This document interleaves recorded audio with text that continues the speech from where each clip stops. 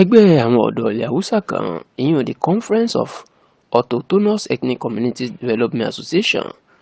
èyí tó jẹ́ ti àwọn ọ̀dọ́ wọ́n mà ti sọ̀rọ̀. Wọ́n ti ké sí ààrẹ Bọ́lá Ahmed Tinubu pé kí Yorùbá tètè wá nǹkan ṣe sí nǹkan tó ń ṣẹlẹ̀ ní orílẹ̀-èdè yìí, pàápàá bí ọ̀gá àgbà báǹkì orílẹ̀-èdè yìí Central Bank of Nigeria ọ̀gbẹ́ni Yemi Cardoso bó ṣe ń gbé àwọn ọmọ Haúsá àti àwọn ọmọ Ìgbò tó ń yọ wọ́n kúrò ní ipò lálá ní báǹkì Nàìjíríà. Wọ́n ló ṣeéṣe káwọn bẹ̀rẹ̀ wàhálà káwọn sì dojú Nàìjíríà bolẹ̀ pátápátá. Nínú àtẹ̀jáde tí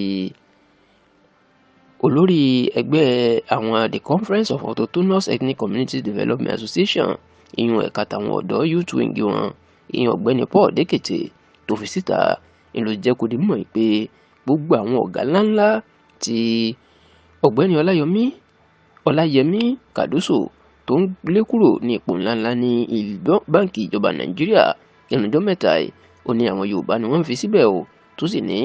àwọn tó wá láti àárín gbùngbùn ilẹ̀ Haúsá yẹn North Central àtàwọn tó wà lẹ́yà àti ilẹ̀ Ìgbò ni wọ́n ń gbaṣẹ́ kúrò lọ́wọ́ wọn.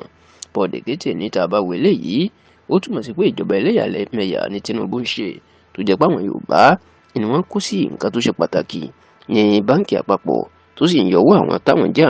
ọmọ àárín gbùngbùn ilẹ̀ Haúsá àti ti Ìgbò tọ̀hún yọ wọ́n sẹ́yìn. Wọ́n á kìlọ̀ fún Tinubu pé kó tètè pe Cardoso ṣàkíyèsí o, kó sì tètè wá nǹkan ṣe sí i, nítorí pé bíbẹ̀ kọ́